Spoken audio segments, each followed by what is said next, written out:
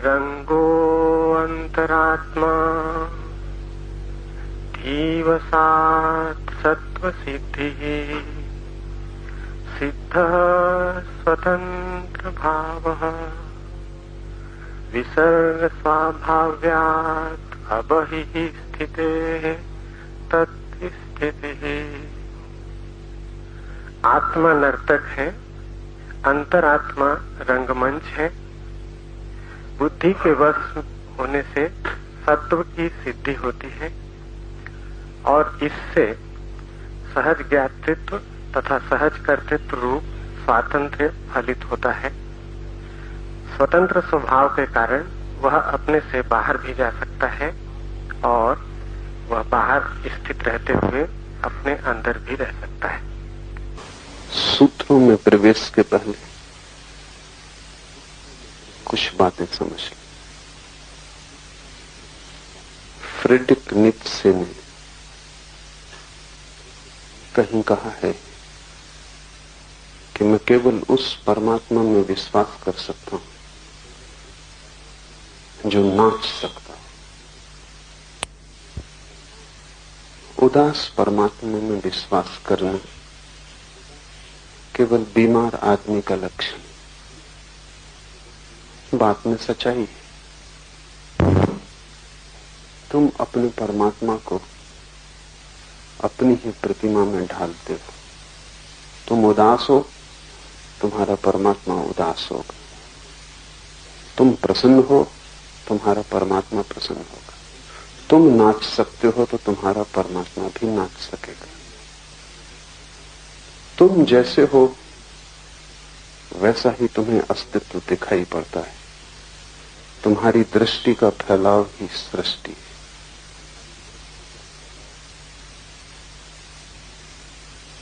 और जब तक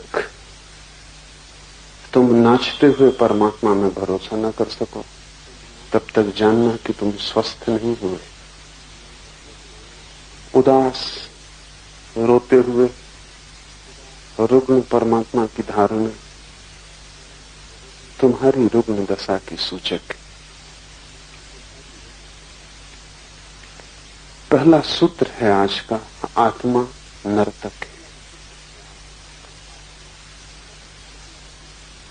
नर्तन के संबंध में कुछ और बातें समझें। नर्तन अकेला ही एक कृत्य है जिसमें कर्ता और कृत्य बिल्कुल एक हो जाते।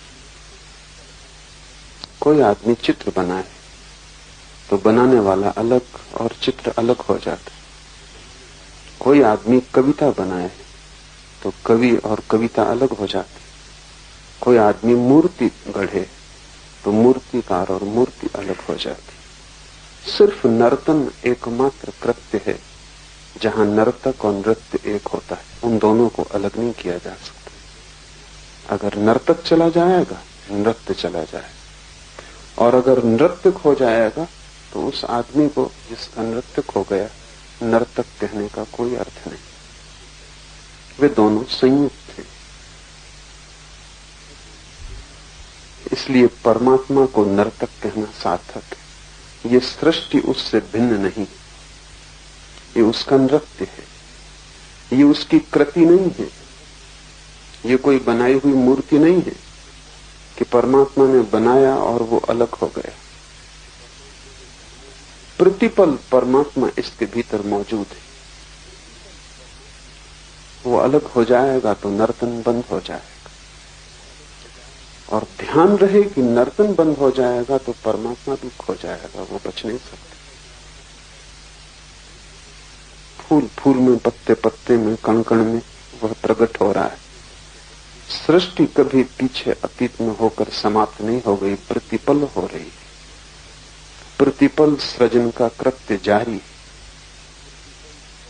इसलिए सब कुछ नया है। परमात्मा नाच रहा है, बाहर भी भीतर भी।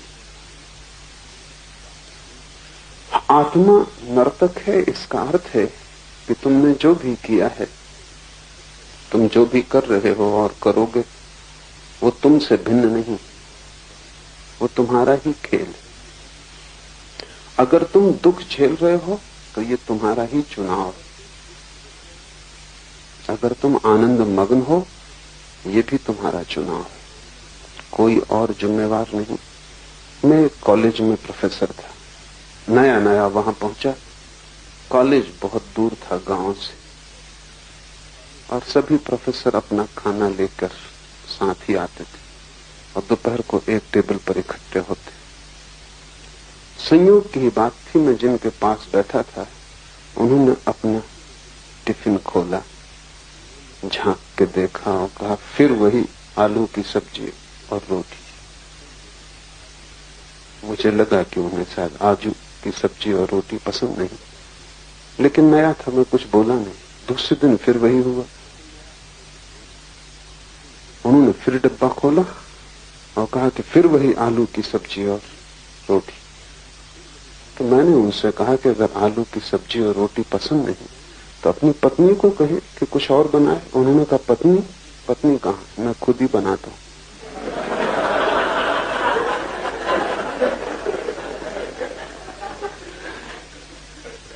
यही तुम्हारा जीवन। कोई है नहीं। हंसो तो तुम हंस रहे हो, रो तो तुम रो रहे हो। जिम्मेवार कोई भी नहीं। ये हो सकता है कि बहुत दिन रोने से तुम्हारी रोने की आदत बन गई हो और तुम हंसना भूल गए हो।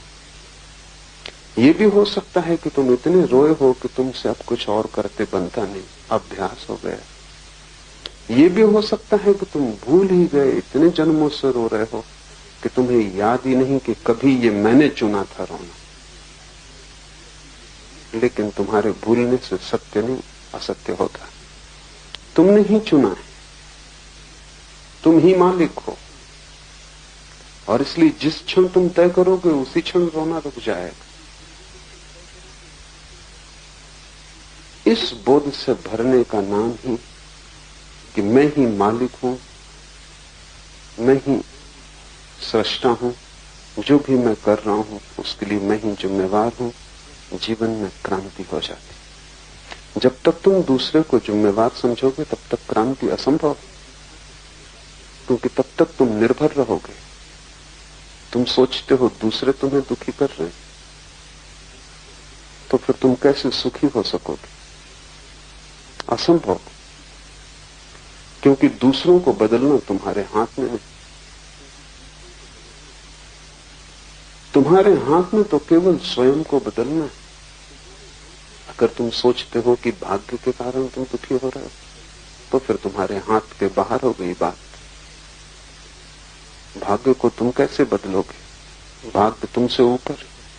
और तुम अगर सोचते हो तुम्हारी विधि में ही विधाता ने लिख दिया है जो हो रहा है, तो तुम एक परतंत्र यंत्र हो जाओगे, तुम आत्मवान न रहोगे। आत्मा का अर्थ ही यह है कि तुम स्वतंत्र हो, और चाहे कितनी ही पीड़ा तुम भोग रहे हो, तुम्हारे ही निर्णय का फल है। और जिस दिन तुम निर्णय बदलोगे उसी दिन जीवन बदल जाएगा। फिर जीवन को देखने के ढंग पर सब कुछ निर्भर करता है। मैं मुल्ला नसरुद्दीन के घर में मेहमान था। सुबह बगीचे में घूमते वक्त अचानक मेरी आंख पड़ी, देखा कि पत्नी ने एक प्याली नसरुद्दीन के सिर की तरफ फेंकी।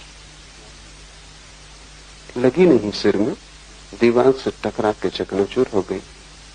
नसरुद्दीन ने भी देख लिया कि मैंने देख लिया है, तो वो बाहर आया और उसने कहा, क्षमा करें, आप कहीं कुछ और ना सोच लें, हम बड़े सुखी। ऐसे कभी कभार पत्नी चीजें फेंकती है, मगर इससे हमारे सुख में कोई भेद नहीं पड़ता। मैं थोड़ा हैरान हुआ। मैंने पूछा, थोड़ा विस्तार से कहो। तो उसने कहा, अगर उसका निशाना लग जाता है तो वो खुश होती है, और अगर चूक जाता है तो मैं खुश होता हूं। वैसे हमारी खुशी में कोई भेद नहीं पड़ता है। और कभी कभी निशाना लगता है, कभी कभी चूकता, हम दोनों खुश हैं। जिंदगी को देखने के ढंग पर निर्भर करता है। तुम ही बनाते हो, फिर तुम ही देखते हो, फिर तुम ही व्याख्या करते हो। तुम बिल्कुल अकेले हो। तुम्हारे संसार में कोई दूसरा कभी प्रवेश नहीं करता, प्रवेश कर भी नहीं सकता। कोई प्रवेश भी करता है तो वो तुमने ही आज्ञा दी। इससे एक कठिनाई है, इसीलिए तुम इसे भूले हुए हो। कठिनाई यह है कि यह अनुभव करना कि मैं ही जिम्मेवार हूं, तब तुम दुखी न हो सकोगे। और अगर दुखी होना चाहते हो तो शिकायत न कर सकोगे। और उन दोनों में बड़ा रस है, दुखी होने में भी बड़ा रस है। क्योंकि जब तुम दुखी होते हो तब तुम शहीद होते हो। शहीदगी का बड़ा मजा है। जब तुम दुखी होते हो तब तुम सहानुभूति मांगते हो। सहानुभूति में बड़ा रस है। इसलिए तो लोग अपने दुख की कथा एक दूसरे को बढ़ा चढ़ा के सुनाते रहते। क्या कारण होगा कि लोग दुख की इतनी कथा सुनाते रहते? कोई सुनना भी नहीं चाहता। कौन उत्सुक है तुम्हारे दुख में? और दुख की बातें सुन के दूसरा भी उदास ही होगा। कोई दूसरे के जीवन में फूल तो नहीं खिल जाएंगे। लेकिन तुम सुनाए जा रहे हो, और दूसरा तभी तक सुनता है जब तक उसे आशा रहती कि तुम भी उसकी सुनोगे, अन्यथा वो खिसक जाए। तुम उन्हीं आदमियों को कहते हो कि उबाने वाले हैं, जो तुम्हें बोलने का मौका ही नहीं देते। तो एक समझौता है, तुम हमें उबाओ, हम तुम्हें उबाएं। तुम अपने दुख की कथा कह के हमें परेशान करो, हम अपने दुख की कथा कह के तुम्हें परेशान करें और बराबर हो जाएं। क्यों आदमी दुख की इतनी चर्चा करता है? क्या कारण? सहानुभूति की अपेक्षा रखता है। दुख की बात करेगा तो कोई पुचकारेगा, सहलाएगा, कोई कहेगा कि बड़े दुखी हो। दूसरे का प्रेम मांग रहे हो तुम दुख के द्वारा।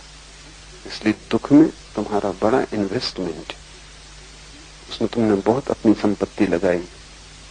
जब भी तुम दुखी होते हो तभी तुम्हें थोड़ी सी आशा चारों तरफ से मिलती। लोग तुम्हें सहारा देते मालूम पड़ते हैं, सहानुभूति दिखलाते। प्रेम तुम्हें जीवन में मिला नहीं है और सहानुभूति कचरा है। लेकिन प्रेम के लिए वही निकटतम परिपूरक है। जिसको असली सोना न मिला हो वो फिर नकली सोने से काम चलाने लगता है। सहानुभूति नकली प्रेम।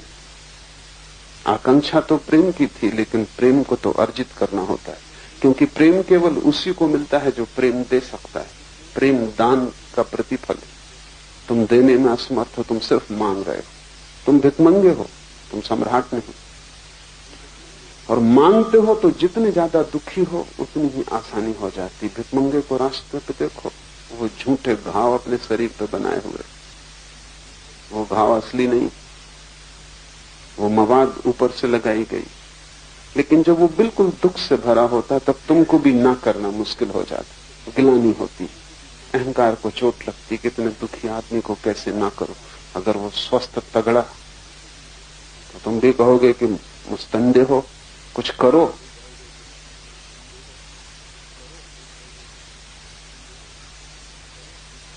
कुछ कमाओ, कमा सकते हो।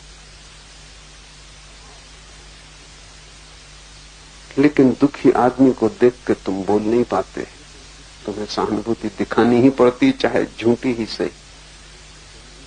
इसलिए तुम दुख को पकड़े हो, क्योंकि तुम्हें प्रेम नहीं मिला। जिसको प्रेम मिला है जीवन में वो आनंदित होगा, वो आनंद को पकड़ेगा, दुख को नहीं। दुख पकड़ने जैसा नहीं। फिर तुम्हें सुविधा है शिकायत करने में, क्योंकि जब भी तुम कहते हो दूसरे तुम्हें दुखी कर रहे हैं, तब जिम्मेवारी का बोझ हट जाता है। और जब मैं तुमसे कहता हूं और सारे शास्त्र तुमसे कहते हैं, सारे बुद्ध पुरुषों ने एक ही बात कही है कि तुम ही जिम्मेवार हो, कोई और नहीं, तब बड़ा बोझ मालूम पड़ता है। सबसे बड़ा बोझ तो ये मालूम पड़ता है कि अब शिकायत तुम किसी पर फेंक नहीं सकते। और उससे भी बड़ा बोझ इस बात का पड़ता है कि अब तुम सहानुभूति किससे मांगोगे अगर तुम ही जिम्मेवार हो। और भी गहरे में ये कठिनाई खड़ी होती है कि अगर तुम ही जिम्मेवार हो तो बदलाहट की जा सकती है, और बदलाहट करना एक क्रांति है। एक रूपांतरण से गुजरना है। तुम्हारी पुरानी आदतें हैं, वो सभी तोड़नी होंगी। तुम्हारा एक पुराना ढांचा है, वो सभी गलत है। अब तक तुमने जो मकान बनाया है वो पूरा का पूरा नर्क है, लेकिन तुमने ही बनाया है, चाहे कितना ही बड़ा बना लिया हो, उसे पूरा गिराना पड़ेगा। अतीत का सारा श्रम व्यर्थ जाता मालूम पड़ता है। इसलिए तुम इस सत्य से बचने की कोशिश करते हो, लेकिन जितने तुम बचोगे उतने ही तुम भटकोगे। पहली बात समझ लो कि तुम ही केंद्र हो अपने अस्तित्व के, कोई जिम्मेवार नहीं। और कितना ही बोझ मालूम पड़े, लेकिन तुम ही जिम्मेवार हो। इस सत्य को अगर स्वीकार कर लोगे तो जल्दी ही सारे दुख खो जाएंगे। क्योंकि एक बार ये साफ हो जाए कि मैं ही बना रहा हूं अपना खेल, तो मिटाने में कितनी देर लगती, तब कोई दूसरा नहीं। और फिर अगर तुम दुख में ही रस लेना चाहते हो तो तुम्हारी मर्जी, लेकिन फिर शिकायत करने का कोई कारण नहीं। अगर तुम संसार में ही भटकना चाहते हो, तुम्हारी मौज। अगर तुम नरक ही जाना चाहते हो तो तुम्हारा चुनाव, लेकिन फिर शिकायत का कोई कारण नहीं। तब तुम प्रसन्नता से दुख में जियो। ये सूत्र इसी अर्थ में बड़े कीमती हैं। पहला सूत्र है, आत्मा नर्तक है।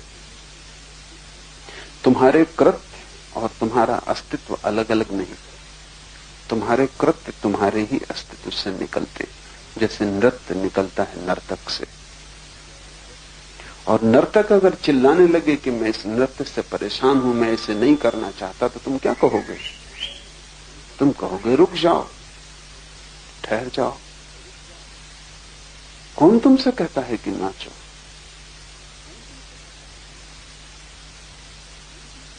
तुम ही नाच रहे हो।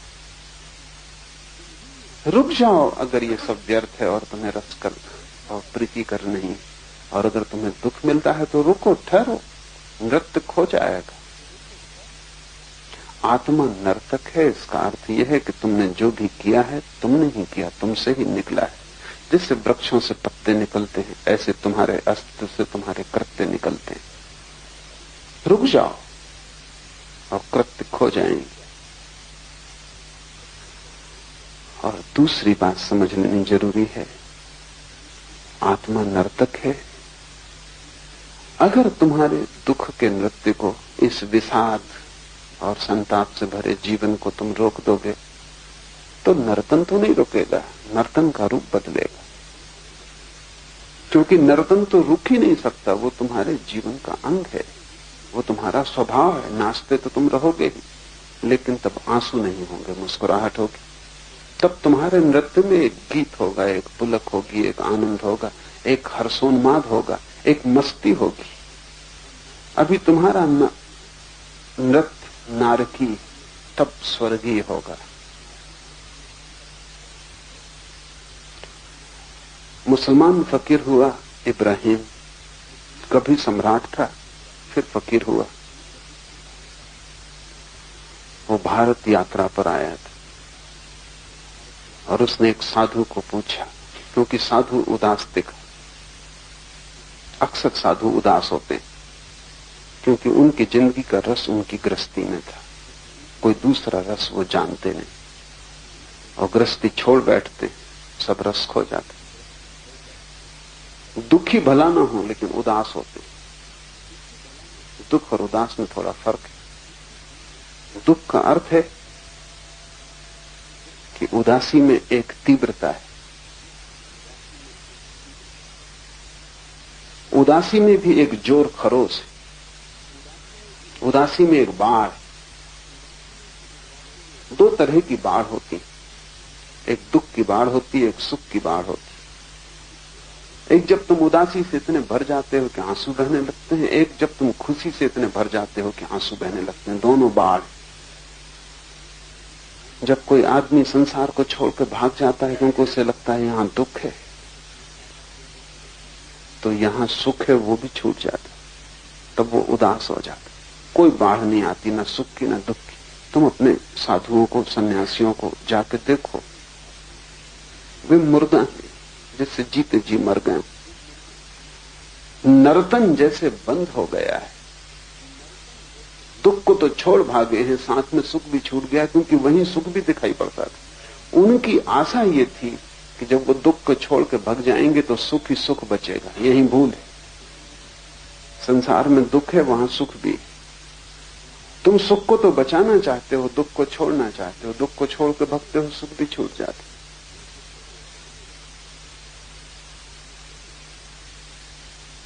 वो साधु उदास था, साधारण साधु रहा होगा, क्योंकि सच में जो साधु है वो सुख दुख दोनों को छोड़ता है।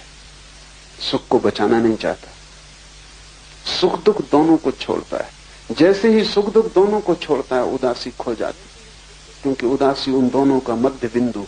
जब तुमने दोनों ही छोड़ दिए तो मध्य बिंदु भी खो जाता है, और तब एक नई आयाम की यात्रा शुरू होती है, जो आनंद, शांति, निर्वाण, जो भी नाम हम देना चाहते हैं। आनंद में बाढ़ नहीं, आनंद ठंडी किरण, ठंडा प्रकाश, वहां बाढ़ नहीं। आनंद उदासी जैसा है एक अर्थ में। उदासी सुख और दुख के मध्य में है, आनंद सुख और दुख के पार है।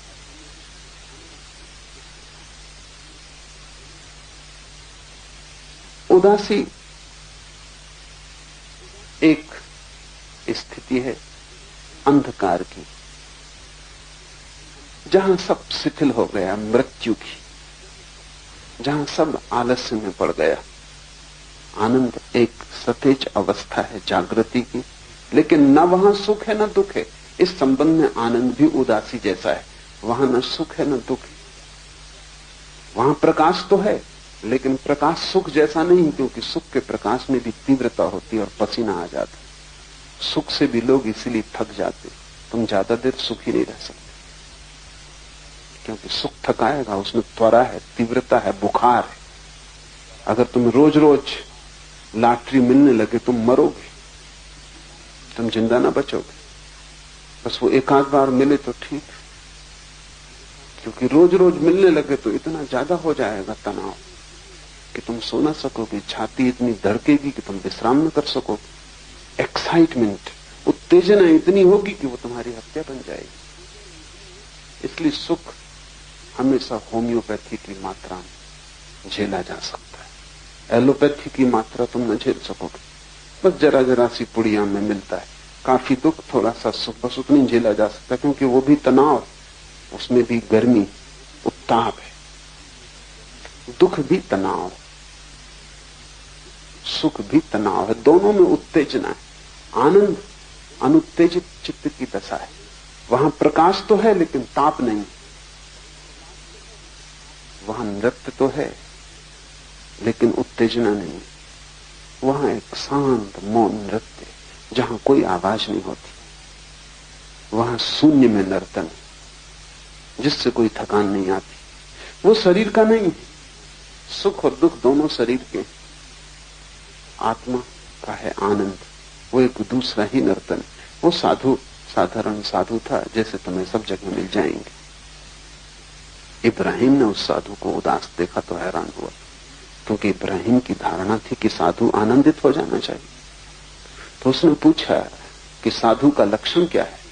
इब्राहिम ने साधु को पूछा, साधु का लक्षण क्या है। उस साधु ने कहा, रोटी मिल जाए तो स्वीकार कर ले, और न मिले तो संतोष करे।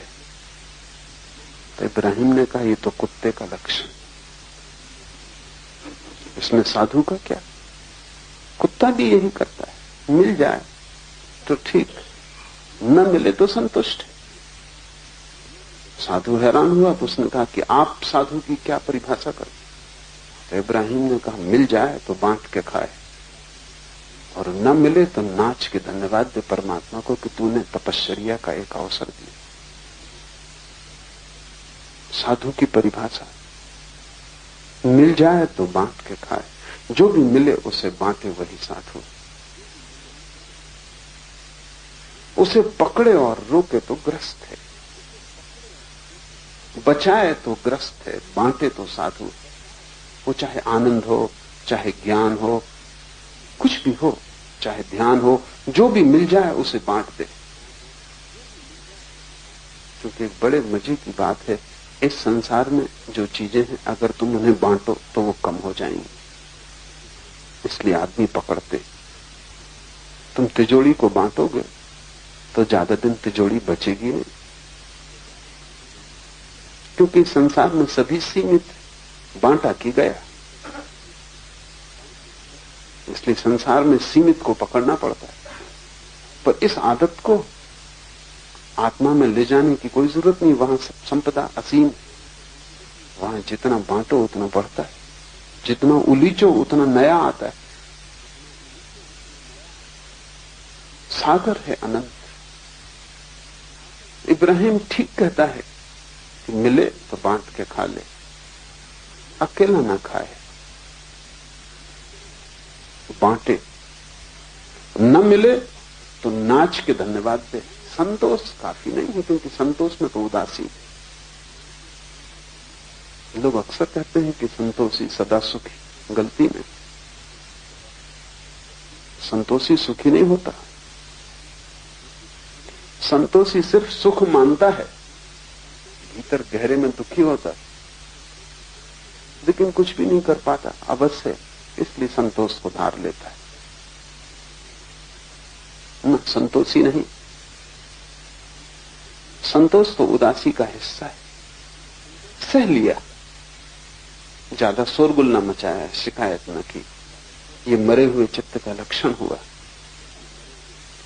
इब्राहिम ने कहा कि न मिले तो नाच के धन्यवाद दे कि तूने एक अवसर दिया, तपश्चर्या, आज उपवास होगा। मिले तो धन्यवाद, क्योंकि बांटा, फैलाया। न मिला तो धन्यवाद। साधु के आनंद को नष्ट नहीं किया जा सकता, और तुम्हारे दुख को नष्ट भी किया जाए तो ज्यादा से ज्यादा उदासी फलित होगी। तुम किसी तरह दुख को छोड़ भी दो तो बस उदास हो जाते हो। तुम्हें दुख भी संलग्न रखता है, काम में लगाए रखता है। तुमने ख्याल नहीं किया, अगर तुम्हारे सब दुख छिन जाएं तो तुम आत्महत्या कर लोगे, क्योंकि तुम करोगे क्या फिर? कुछ बचेगा नहीं करने को। बाप काम में लगा है क्योंकि बेटों को पढ़ाना है, शादी करनी है। सबकी शादी हो जाए, सबका काम निपट जाए इसी वक्त, तो बाप क्या करेगा? जिंदगी बेकार मालूम होगी। बेकार की चीजों में तुम्हें कारबार मिला हुआ है, उससे तुम्हें लगता है तुम कुछ कर रहे हो, महत्वपूर्ण हो, जरूरी हो। तुम्हारे बिना दुनिया ना चलेगी। बेटे का क्या होगा, पत्नी का क्या होगा? इससे तुम्हारे अहंकार को सहारा मिलता है कि तुम आवश्यक हो, तुमसे ही सब चल रहा है। हालांकि सब तुम्हारे बिना भी चलता रहेगा। तुम नहीं थे तब भी चल रहा था, तुम नहीं होगे तब भी चलेगा, लेकिन बीच में थोड़ी देर को तुम सपना देख लेते हो अपने जरूरी होने का। तो ज्यादा से ज्यादा तुम अगर दुख को छोड़ो भी तो तुम संतोष कर सकते हो। संतोष में दुख छिपा हुआ है। संतोष ऊपर ऊपर है, भीतर दुख का घाव, वो मलहम पट्टी, वो उपचार नहीं। न साधु संतोषी नहीं होता, साधु आनंदित होता है। परिस्थिति कोई भी हो, मिलेगा तो बांट के आनंदित होगा, नहीं मिलेगा तो न मिलने में भी नाचेगा और आनंदित होगा। आत्मा का स्वभाव नर्तन है, और आत्मा दो तरह से नाच सकती है। इस तरह से नाच सकती है कि चारों तरफ दुख का जाल पैदा हो जाए, चारों तरफ उदासी भर जाए, चारों तरफ अंधकार पैदा हो। और आत्मा ऐसे भी नाच सकती है कि चारों तरफ किरणें नाचने लगे और चारों तरफ फूल खिल जाएं। संन्यास आनंद का नृत्य है और ग्रस्त दुख का नृत्य। नर्क कहीं और नहीं। तुम इस आशा में मत बैठे रहना कि नर्क कहीं और। नर्क तुम्हारे गलत नाचने का ढंग है, जिससे दुख पैदा होता है। स्वर्ग भी कहीं और नहीं, स्वर्ग तुम्हारे ठीक नाचने का ढंग है। जिससे तुम जहां भी हो वहां स्वर्ग पैदा हो जाता है। स्वर्ग तुम्हारे नृत्य का गुण, नर्क भी तुम्हारे नृत्य का गुण। तुम नाचना नहीं जानते, लेकिन सदा तुम सोचते हो कि आंगन टेढ़ा है, इसलिए नाच ठीक नहीं हो रहा। आंगन टेढ़ा जरा भी नहीं, और जिससे नाचना आता है टेढ़ा आंगन भी ठीक है, कोई फर्क नहीं पड़ता है। और जिससे नाचना नहीं आता उसके लिए बिल्कुल ठीक ज्यामिति से बनाया गया 90 कोणों का आंगन भी नाचना नहीं आ जाएगा इससे। मैंने सुना है एक आदमी आंख के ऑपरेशन के लिए गया। ऑपरेशन के पहले डॉक्टर से उसने पूछा कि मुझे बिल्कुल दिखाई नहीं पड़ता, मुझे दिखाई पड़ना शुरू हो जाए। डॉक्टर ने चिकित्सा के पहले परीक्षा की, कहा कि बिल्कुल। उस आदमी ने कहा क्या मैं पढ़ भी सकूंगा? डॉक्टर ने कहा बिल्कुल। फिर उस आदमी की आंखें ठीक हो गई, उसे दिखाई भी पड़ने लगा। वो बड़ा नाराज एक दिन डॉक्टर के घर पहुंचा और उसने कहा कि तुम झूठ बोले, पढ़ तो मैं अब भी नहीं सकता। उस डॉक्टर ने कहा तुम्हें सब दिखाई पड़ने लगा, पढ़ क्यों नहीं सकते? उसने कहा पढ़ना तो मुझे आता ही नहीं। आंख भी ठीक हो जाए और पढ़ना ना आता हो तो पढ़ना नहीं आ जाएगा। आंगन कितना ही सीधा हो जाए, नाचना ना आता हो तो नाचना आंगन के सीधे होने पर निर्भर नहीं, वो सीखना पड़ेगा। और ध्यान रहे कोई और सिखाने वाला नहीं, तुम बिल्कुल अकेले हो। इशारे बुद्ध पुरुष दे सकते हैं, लेकिन सीखना तुम्ही को पड़ेगा। कोई तुम्हें हाथ पकड़ा के सिखा नहीं सकता। वो जीवन का नृत्य इतना भीतर है, इतना गहरा है कि वहां बाहर के हाथ पहुंच नहीं सकते। वहां तुम्हारे सिवाय किसी का प्रवेश नहीं, वहां तुम निपट अकेले हो, बाकी सब बाहर है। आत्मा नर्तक है। सुख और दुख दो ढंग से आत्मा नाच सकती। अगर तुम दुखी हो तो तुमने गलत ढंग सीख लिए हैं नाचने के। ढंग को बदलो, किसी को ऊपर दोष मत डालो, कोई शिकायत मत करो। जब तक शिकायत करोगे तुम गलत ही नाचते रहोगे, क्योंकि तुम्हें यह ख्याल ही ना आएगा कि भूल मेरी है, सदा भूल दूसरे की। शिकायत बंद करो, अपनी तरफ देखो, और जहां जहां तुम्हें दुख पैदा होता है खोजो गौर से, तुम्हारे भीतर ही उसके कारण मिलेंगे। उन कारणों को छोड़ दो, क्योंकि जिनसे दुख पैदा होता है उन कारणों को किए जाने का प्रयोजन क्या है? जिससे सिर्फ जहर के फल लगते हो उन बीजों को तुम क्यों बोए चले जाते हो? हर वर्ष क्यों फसल काट लेते हो उनकी? बेहतर तो ये होगा कि तुम फसल ही ना बो तो भी ठीक रहेगा, खाली पड़ा रहे खेत तो भी बुरा नहीं। और अच्छा ये होगा कि कुछ दिन खाली ही पड़ा रहे, ताकि पुराने सब बीज दग्ध हो जाएं, ताकि तुम नए बीज बो सको। खाली पड़े रहने से तुम डरते क्यों हो? ध्यान बीज की खाली अवस्था है। ध्यान जैसे कोई किसान साल 2 साल के लिए खेत को खाली छोड़ दे, कुछ भी ना बोए, ऐसा ध्यान बीज की अवस्था है। नर्क के बीज और स्वर्ग के बीज खाली स्थान है। कुछ दिन के लिए छोड़ दो, कुछ मत बो।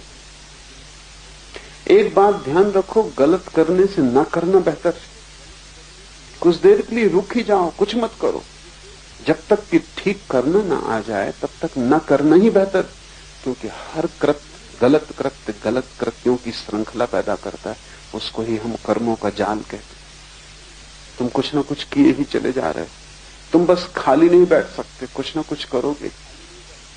तुम खाली बैठ जाओ, वही ध्यान, ताकि पुरानी आदत छूट जाए और उस खाली बैठने में तुम्हें साफ साफ दिखाई पड़ने लगे।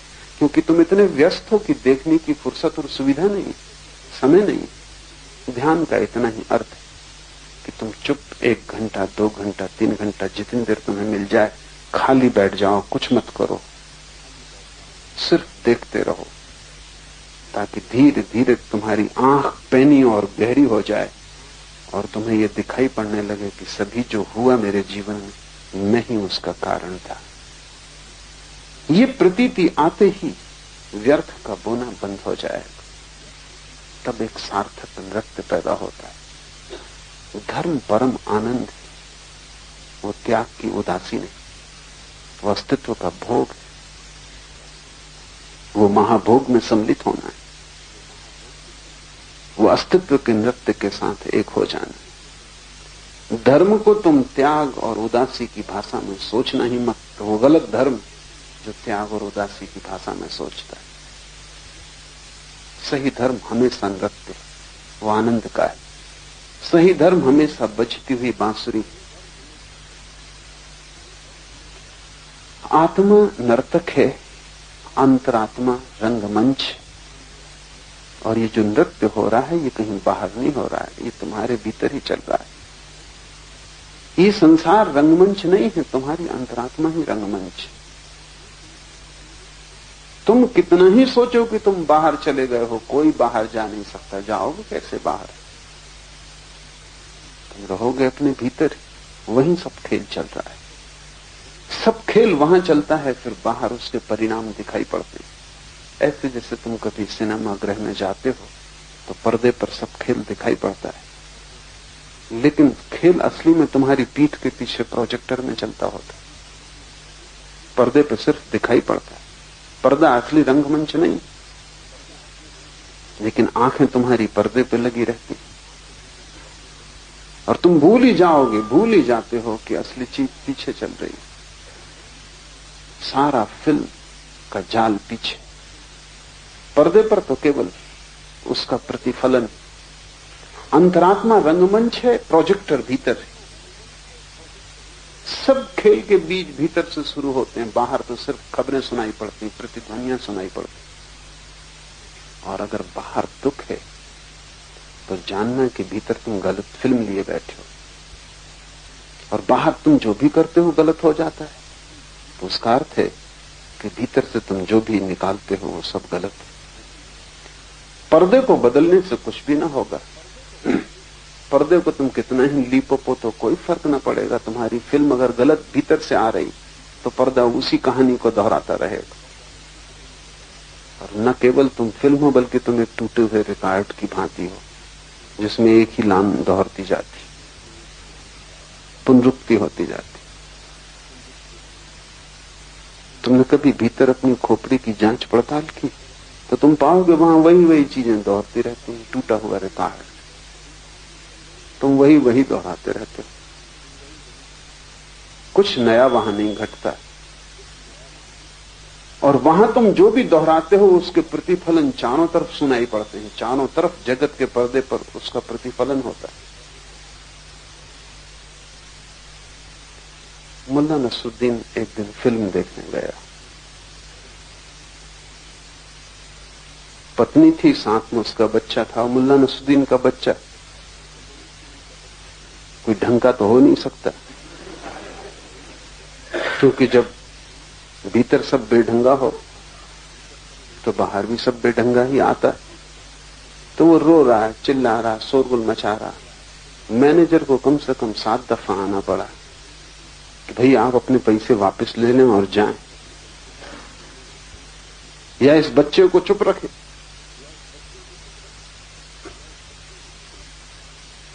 मगर वो काहे को चुप रहने वाला, वो बार बार मैनेजर को आना पड़ा। नसरुद्दीन सुन लेता और चुप बैठा देखता रहा। जब फिल्म बिल्कुल आखिरी करीब आने लगी तो उसने अपनी पत्नी से पूछा, क्या ख्याल है, फिल्म ठीक के गलत? पत्नी ने कहा, बिल्कुल बेकार। तो उसने कहा, देर मत कर, जोर से चिमटी ले दे लड़के को, ताकि पैसे वापस लें और घर जाएं।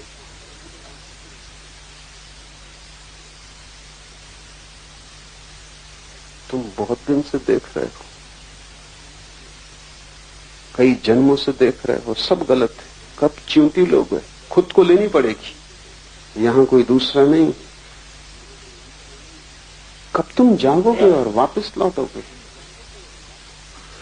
और क्या जरूरत है इस गलत को देखने की जो तुम्हें कष्ट से भर रहा है, जो तुम्हें पीड़ा और बोझ दे रहा है, सिवाय संताप के और दुख स्वप्नों के जिससे कुछ भी पैदा नहीं होता। इस भवन को तुम छोड़ सकते हो। इस भवन में तुम अपने ही कारण रुके हो, क्यों देर कर रहे हो? अभी मन भरा नहीं। अगर मन न भरा हो तो फिर बुद्ध, महावीर, कृष्ण, शिव, जीसस, इनकी बकवास में क्यों पड़ते हो? अगर मन न भरा हो तो इनकी बातें मत सुनो, इनसे दूर रहो, इनसे बचो, क्योंकि ये केवल उनके लिए ही सार्थक है जिनका मन भर गया हो और जिन्होंने फिल्म काफी देख ली, जो ऊब गए वहां से, जो अब नर्क से बेचैन हो गए और एक स्वर्गीय नृत्य की आकांक्षा जिनमें जग गई, जिनकी अभीप्सा परमात्मा के लिए है। लेकिन तुम्हारी मनोदशा ऐसी है कि तुम दो नावों में सवार होना चाहते हो, उसी से तुम्हारा कष्ट और भी बढ़ जाता। तुम इस संसार को भी भोगना चाहते हो, चाहे कितना ही दुख हो यहां, लेकिन थोड़ी आशा बनी रहती कि सुख होगा, बस अब होने के ही करीब। आशा टिकाए रखती, और तुम्हारा अनुभव तुमसे कहता है कि होने वाला नहीं, क्योंकि कई दफा तुम ये आशा कर चुके हो, सदा असफल गई। अनुभव तो बुद्धों के पक्ष में, आशा बुद्धों के खिलाफ है, और तुम दोनों से भरे और दो नावें।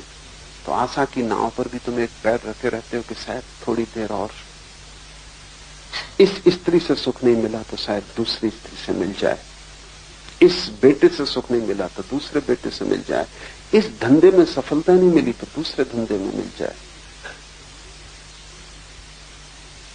तुम सदा आसपास की चीजें बदलते रहते हो, इस मकान में सुख नहीं तो दूसरे मकान में मिल जाए। ये छोटी है तिजोरी, थोड़ी बड़ी हो जाए तो मिलेगा। तुम कुछ न कुछ आसपास बदलते रहते हो, पर्दे में फर्क करते रहते हो, लेकिन तुम्हारे भीतर की कथा वही कथा प्रोजेक्ट होती पर्दे पर। हर जगह तुम्हें दुख मिलता है। अनुभव तो दुख का है, आशा सुख की, दो नावें। बुद्ध, महावीर, कृष्ण को सुनोगे तो वे अनुभव की बात कह रहे हैं। वे कह रहे हैं उतर आओ आशा के नाव से, अनुभव की नाव पर सवार हो जाओ। तुम सुनते भी हो उनकी, क्योंकि उनको भी तुम इंकार नहीं कर सकते, और उन्हें देख के भी तुम्हें भरोसा आता है कि जो हमें नहीं मिला है लगता है इन्हें मिला है, क्योंकि उनकी दौड़ समाप्त हो गई। लेकिन भरोसा पूरा भी नहीं आता, क्योंकि पता नहीं धोखा दे रहे हो, कौन जाने न मिला हो ऐसे ही कह रहे हो, कौन जाने इन्हें ना मिला हो हमें मिल जाए। ये कहते हैं अंगूर खट्टे, हो सकता है न पहुंच पाए हो अंगूरों तक और हम पहुंच जाएं, तो आशा भी छूटती नहीं, अनुभव भी एकदम गलत है ऐसा कहना कठिन। इस तरह तुम द्वंद्व में हो, ये द्वंद्व ही तुम्हारी विक्षिप्तता है, और ये दोनों नावें अलग अलग यात्रा पर। तुम एक पर सवार हो जाओ, कोई जल्दी नहीं, तुम संसार की नाव पर ही पूरे सवार हो जाओ, जल्दी ही तुम उब जाओगे। लेकिन ये बुद्धों की नाव पर तुम्हारा जो पैर है, ये तुम्हें संसार का भी पूरा अनुभव नहीं होने देता। वहां भी तुम आधे आधे जाते हो, क्योंकि ये बुद्धों का ख्याल तुम्हारी आधी टांग को पकड़े हुए। तो तुम मंदिर भी संभालते हो, दुकान भी संभालते हो, न दुकान संभलती न मंदिर संभलता, ये दोनों साथ संभल नहीं सकते। तुम पूरी तरह दुकान पे ही चले जाओ, भूल जाओ कि कभी कोई बुद्ध हुआ, कोई महावीर, कोई कृष्ण हुआ, शिव हुए, भूलो ये कोई शास्त्र है, सब भूलो, बस खाता वही सब कुछ है। एक बार तुम पूरे वहां लग जाओ तो जल्दी ही तुम वहां से बाहर निकल आओगे। तुम्हारा अनुभव ही तुम्हें कहेगा कि सब व्यर्थ, वो भी नहीं हो पाता। और बुद्धों की नाव में तुम पूरे सवार नहीं हो पाते, क्योंकि तुम्हारा मन कहे चला जाता है कि अभी जल्दी मत करो, अभी बहुत समय है, और अभी तुम्हारी उम्र ही क्या, ये तो बुढ़ापे की बातें हैं। जब बिल्कुल मरने लगो और एक पैर कब्र में चला जाए, तब तुम दूसरा पैर बुद्ध की नाव पर सवार कर लें। अभी क्या जल्दी? तो लोग सोचते हैं धर्म बुढ़ापे के लिए, जब बिल्कुल मरने लगेंगे तब उन्हें गंगा जल की जरूरत पड़ती। जब बिल्कुल मरने लगेंगे तब कोई उनके कान में नमोकार मंत्र दोहराते। मरते वक्त जब सब व्यर्थ हो गया और जब कोई ऊर्जा न बची, कोई शक्ति न बची यात्रा की, तब तुम यात्रा को तैयार होते नहीं। तुम फिर गिरोगे वापस संसार में, फिर तुम उसी नाव पर सवार हो। ऐसा तुम अनंत बार कर चुके हो।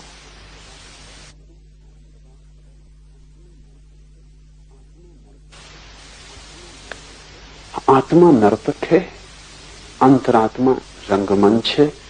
ध्यान रखो, जो भी तुम्हें बाहर दिखाई पड़ता है वो तुमने भीतर से बाहर डाला है। तुम जीवन में वही देखते हो जो तुम डालते हो। और तुम्हारे जीवन में भी कई मौके आते हैं। मैंने सुना है एक मुसाफिर खाने में 3 यात्री मिले। एक बूढ़ा था 60 साल का, एक कोई 45 साल का अधेड़ आदमी था और एक कोई 30 साल का जवान था। तीनों बातचीत में लग गए। उस जवान आदमी ने कहा, कल रात एक ऐसी स्त्री के साथ मैंने बिताई कि इससे सुंदर स्त्री संसार में दूसरी नहीं हो सकती, और जो सुख मैंने पाया अवर्णनीय। 45 साल के आदमी ने कहा, छोड़ो बकवास, बहुत स्त्रियां मैंने देखी, वो सब अवर्णनीय जो सुख मालूम पड़ते हैं, कुछ अवर्णनीय नहीं है, सुख भी नहीं। सुख मैंने जाना कल रात, राजभोज में आमंत्रित था। ऐसा सुस्वादु भोजन कभी जीवन में जाना नहीं। बूढ़े आदमी ने कहा, यह भी बकवास है, असली बात मुझसे पूछो। आज सुबह ऐसा दस्त हुआ, पेट इतना साफ हुआ, ऐसा आनंद मैंने कभी जाना नहीं, अवर्णनीय। बस संसार के सब सुख ऐसे ही हैं, उम्र के साथ बदल जाते, लेकिन तुम ही भूल जाते हो। 30 साल की उम्र में काम वासना बड़ा सुख देती मालूम पड़ती, 45 साल की उम्र में भोजन ज्यादा सुखद हो जाता। इसलिए अक्सर 40-45 के पास लोग मोटे होने लगते। 60 साल के करीब भोजन में कोई रस नहीं रह जाता, सिर्फ पेट ठीक से साफ हो जाए तो जो समाधि सुख मिलता है वो किसी और चीज में। तीनों ही ठीक कह रहे हैं, क्योंकि संसार के सुख बस ऐसे ही हैं। और इन सुखों के लिए हम कितने जीवन गंवाए।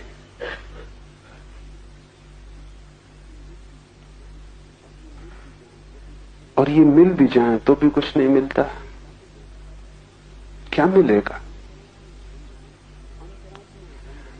अंतरात्मा रंगमंच है, बाहर तुम वही देखते हो जो तुम भीतर से डालते हो। जवान आदमी की आंखों से वासना बाहर जाती, उसका सारा शरीर वासना के तत्वों से भरा है। वो जहां भी देखता है वहां स्त्री दिखाई पड़ती,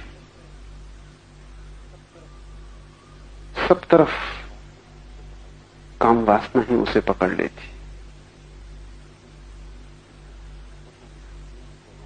मुल्ला नसरुद्दीन जवान था, पत्नी के साथ एक चित्रों की प्रदर्शनी थी, वहां गया। नई नई शादी थी और जगह जगह घूमने का ख्याल था। प्रदर्शनी में बड़े कीमती चित्र थे। एक चित्र के पास नसरुद्दीन रुक गया और देर तक ठहरा रहा, भूल ही गया कि पत्नी भी साथ है। चित्र एक नग्न स्त्री का था, अति सुंदर, और नग्नता बस थोड़े से 2-4 पत्तों से ढकी थी। चित्र का नाम था वसंत। वो ठगा सा खड़ा था। आखिर पत्नी ने उसका हाथ झचकोरा और कहा, क्या पतझड़ की प्रतीक्षा कर रहे हो?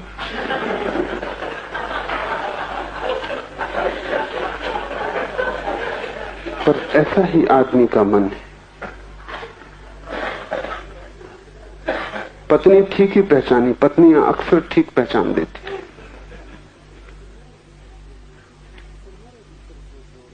तुम्हारे भीतर जो जोर मार रहा हो वही चारों तरफ का संसार हो जाता है। तुम उसे रंगते हो। हमारे पास एक शब्द है बड़ा बहुमूल्य, दुनिया की किसी भाषा में वैसा शब्द खोजना कठिन है, वो है राग। राग का मतलब आसक्ति भी होता है, राग का मतलब रंग भी होता है। तुम्हारी सब आसक्ति तुम्हारी आंखों से फेंके गए रंग का परिणाम। तुम रंगते हो चीजों को, जिन जिन को तुम रंग लेते हो वहीं राग पकड़ जाता है। राग का अर्थ है तुमने रंग लिया। स्त्री सुंदर नहीं होती, तुम्हारे भीतर काम वासना का रंग होता है तो स्त्री सुंदर दिखाई पड़ती। छोटे बच्चे को कोई फिक्र नहीं है, अभी काम वासना का रंग पका नहीं। बूढ़े का रंग जा चुका, वो तुम्हारी मूर्ता पे हंसता है, हालांकि यही मूर्ता उसने भी की है। तुम भी हंसोगे, लेकिन मूर्ता करते वक्त जो पहचान ले और समझ ले वो जाग जाता है। मूर्ता का रंग जब चला जाए तब हंसने में कोई बहुत अर्थ नहीं, तब तो कोई भी हंसता है। लेकिन जब मूर्ता पकड़े हुए है और रंग जोर में, तब भी तुम जाग जाओ और पहचान लो कि सब भीतर का ही खेल बाहर दिखाई पड़ रहा है। बाहर कुछ भी नहीं, कोरा पर्दा है। अंतरात्मा ही रंगमंच और वहीं प्रोजेक्टर है और वहीं से हम सारा फैलाव कर रहे हैं। बुद्धि के वश होने से सत्व की सिद्धि होती है और ये जो खेल चल रहा है तब तक चलता रहेगा और तुम इसमें भटके रहोगे जब तक बुद्धि बस में ना हो। बुद्धि के वश में होने से सत्व की सिद्धि हो जाती। जैसे ही तुम्हें ये स्मरण आ जाए कि सारा खेल भीतर से चल रहा है तो फिर संसार को वश में करने की तुम फिक्र छोड़ दोगे। वो कभी किसी के वश में नहीं हुआ, वहां कुछ है भी नहीं, वहां केवल पर्दा है। तुम अपनी बुद्धि को वश में कर लो और सारा संसार तुम्हारे वश में हो जाता है।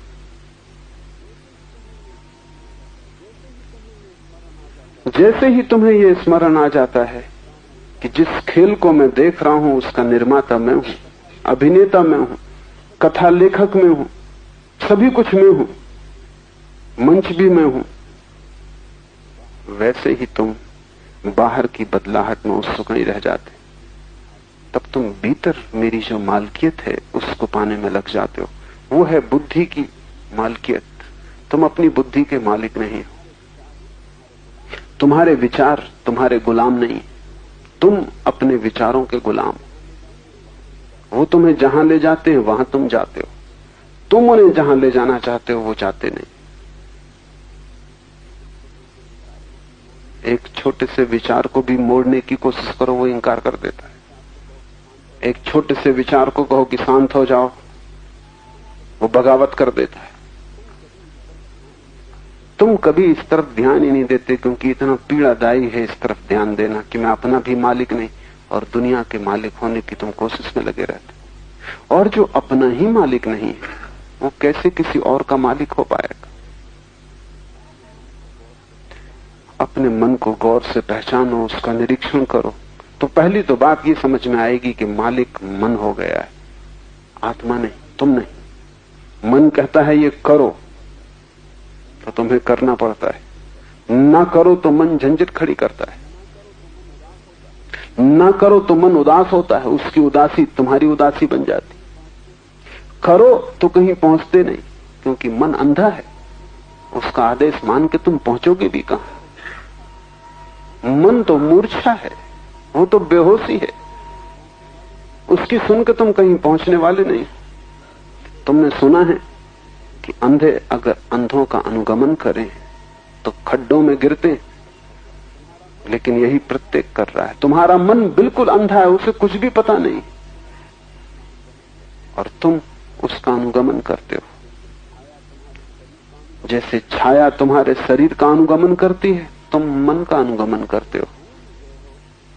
तुम भूल ही गए हो कि मालिक तुम हो। गुलामों के साथ बहुत दिन तक जुड़े रहने पर ऐसा अक्सर हो जाता, धीरे धीरे गुलाम मालिक हो जाते, क्योंकि जितना तुम उन पर निर्भर होने लगते हो उतनी ही उनकी मालकियत सिद्ध होती चली जाती। सारी साधना एक ही बात की कि मन की मालकियत तोड़ दो। क्या करोगे मन की मालकियत तोड़ने के लिए? पहली बात कि मन की मालकियत तोड़नी हो तो मन के साथ तादात्म्य तोड़ दो। मन में एक विचार उठता है,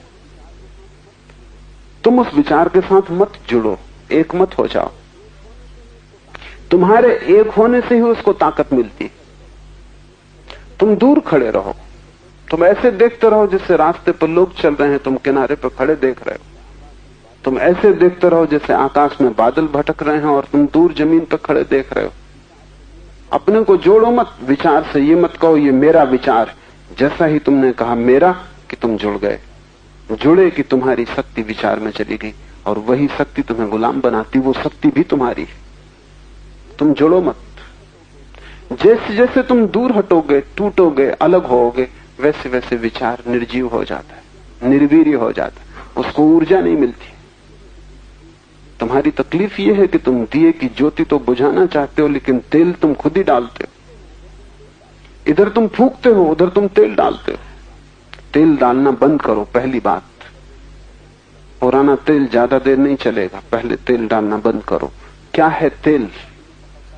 जब भी कोई विचार तुम्हें पकड़ता है, क्रोध ने पकड़ा, तुम तत्क्षण क्रोध के साथ एक हो जाते हो।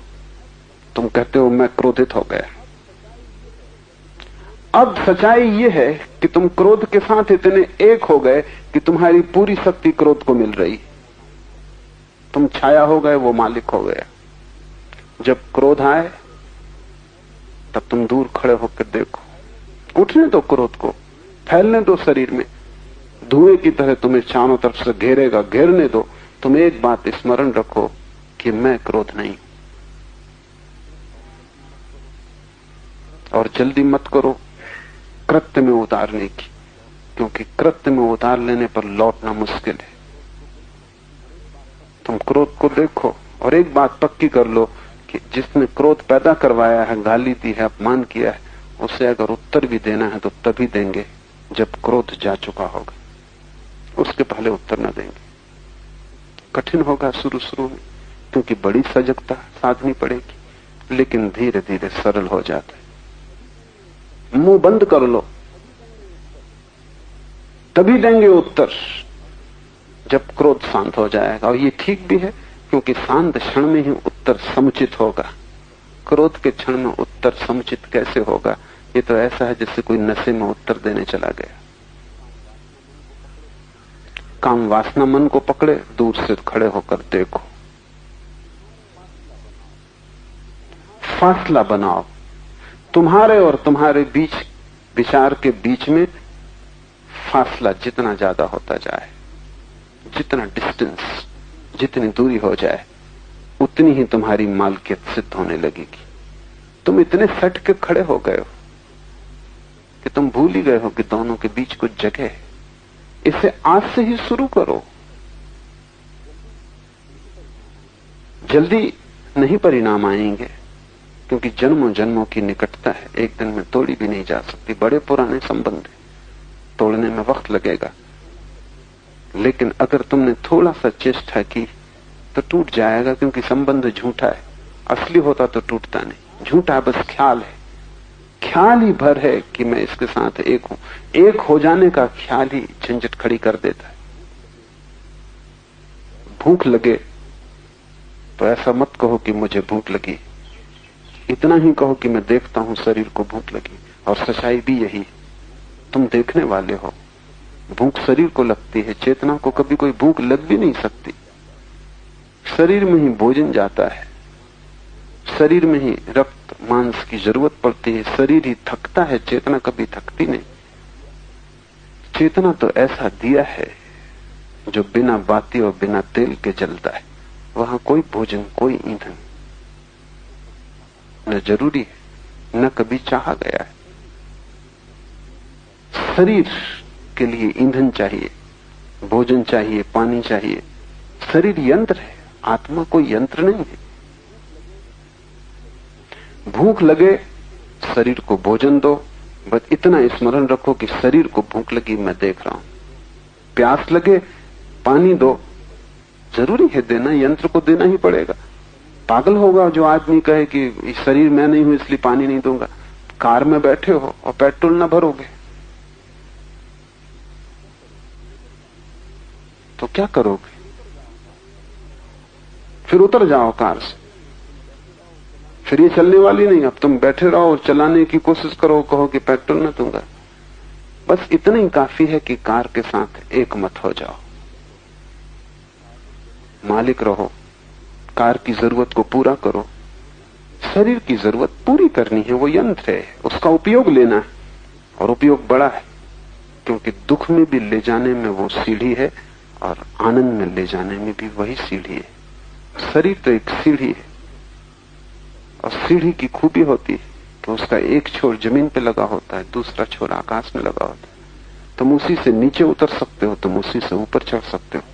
शरीर के ही माध्यम से तुम नरक तक आए हो, शरीर के माध्यम से ही तुम स्वर्ग तक पहुंचोगे, शरीर के माध्यम से ही तुम मोक्ष तक भी जा सकोगे। वो माध्यम है, उसे संभाल के रखना है, उसकी जरूरतें पूरी करनी, लेकिन माध्यम के साथ एक हो जाने का कोई कारण नहीं। यंत्र को यंत्र ही रहने दो। फाउंटेन पेन से तुम लिखते हो लेकिन तुम फाउंटेन पेन नहीं हो। पैर से तुम चलते हो लेकिन तुम पैर नहीं हो। शरीर यंत्र है, उसको संभालो, कीमती यंत्र है, उसको खराब मत कर डालना। दो तरह के खराब करने वाले लोग, एक तो भोग में उसे खराब कर डालते हैं और दूसरे त्याग में उसे खराब कर डालते हैं। दोनों दुश्मन और दोनों ना समझ। कोई वेश्या के घर जाकर उसको खराब कर डालता है, कोई ज्यादा खा खा के खराब कर डालता है, दूसरे छोड़ पे पागल हैं, वो उपवास कर करके खराब कर डालते। या तो तुम इतना पेट्रोल भर देते हो कि भीतर बैठने की जगह न रह जाए, और या पेट्रोल भरते ही नहीं, बस दो अतियों पे तुम चलते हो। जितनी जरूरत है उतना दे दो। नौकर की भी चिंता तो करनी ही होगी, उसकी फिक्र रखनी होगी, लेकिन फिक्र से कोई नौकर मालिक नहीं हो जाता। बुद्धि के वश होने से सत्व की सिद्धि होती है, और जैसे जैसे तुम्हारी बुद्धि वश में आती जाएगी, जैसे जैसे तुम साक्षी होते जाओगे, वैसे वैसे तुम पाओगे कि भीतर का जो सत्व है, तुम्हारी जो आत्मा है, तुम्हारा जो वास्तविक अस्तित्व है, वो सिद्ध होने लगा। बुद्धि के भ्रष्ट होने से संसार, बुद्धि के वश होने से आत्मा। बुद्धि मालिक हो तो संसार, बुद्धि गुलाम हो जाए तो परमात्मा। बुद्धि सीढ़ी है, उससे नीचे उतरना अनिवार्य नहीं, उससे तुम ऊपर भी जा सकते हो, लेकिन ऊपर तो केवल मालिक ही जा सकता है। गुलाम नीचे और नीचे और नीचे उतरता जाता है, और बुद्धि की गुलामी बड़ी खतरनाक है, क्योंकि वो एक की गुलामी नहीं, बुद्धि तो भीड़ है। अभी कहती क्रोध करो, क्षण भर बाद कहती पश्चाताप करो। एक विचार कहता है भोगो संसार, दूसरा विचार कहता है जाओ खोजो मोक्ष।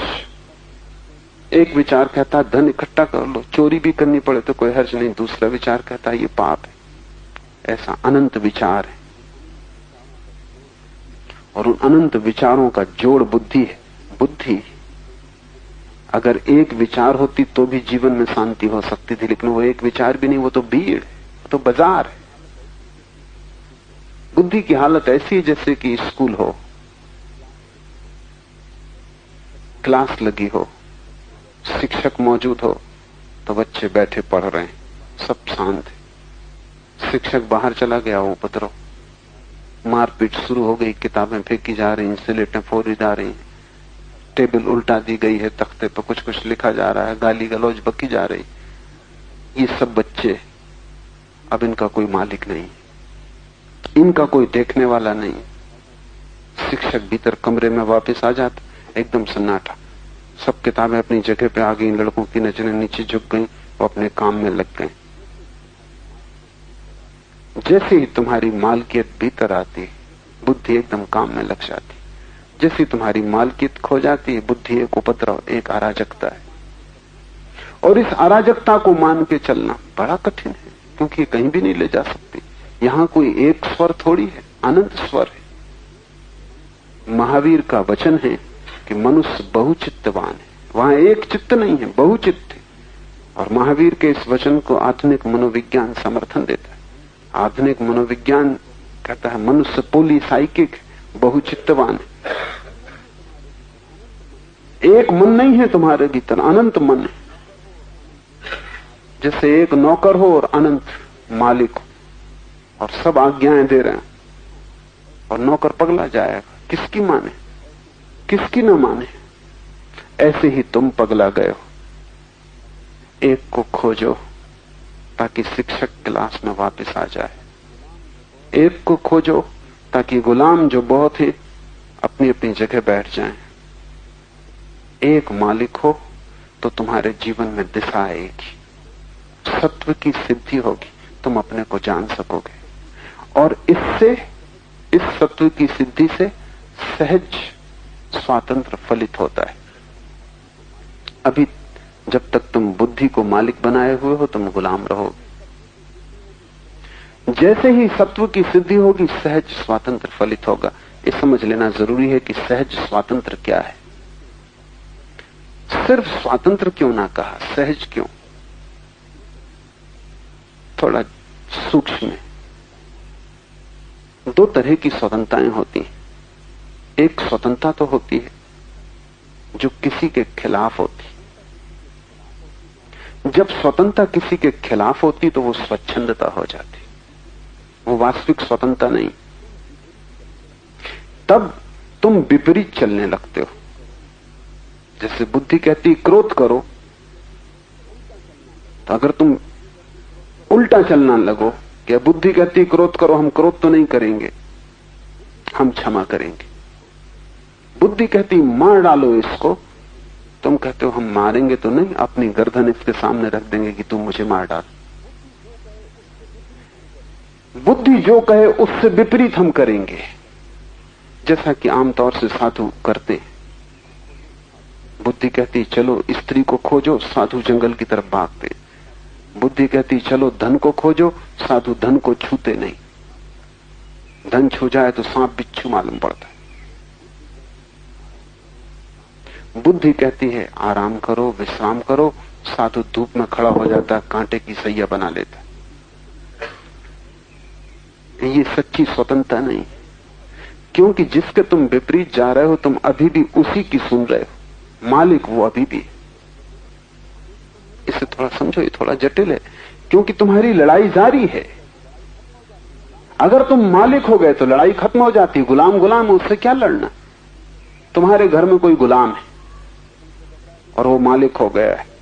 वो तुमसे कहता है कि नीचे बैठो तो तुम नीचे बैठते हो, तुमसे कहता है खड़े हो जाओ तो तुम खड़े हो जाते हो।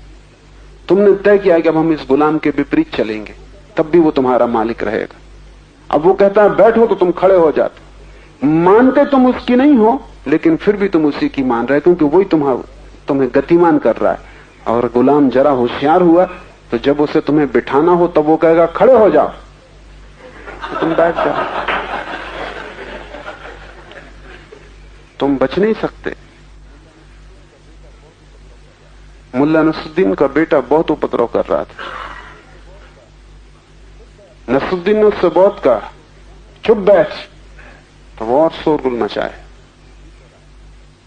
बाहर जा, तो वो भीतर आए।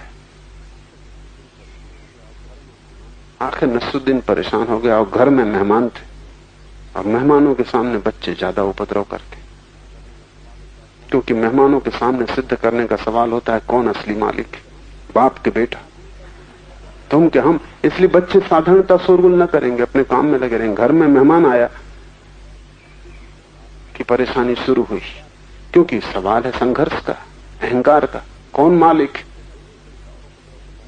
तो मेहमानों को देख के बच्चा और उपद्रव कर रहा था। आखिर मुल्ला नसरुद्दीन ने कहा, देख, जो तेरी मर्जी में होकर, अब मैं देखूं कि तू मेरी आज्ञा का उल्लंघन कैसे करता है। जो तेरी मर्जी में हो वो कर, अब मैं देखूं कि तू मेरी आज्ञा का उल्लंघन कैसे करता है। बच्चा जरूर मुश्किल में पड़ गया होगा।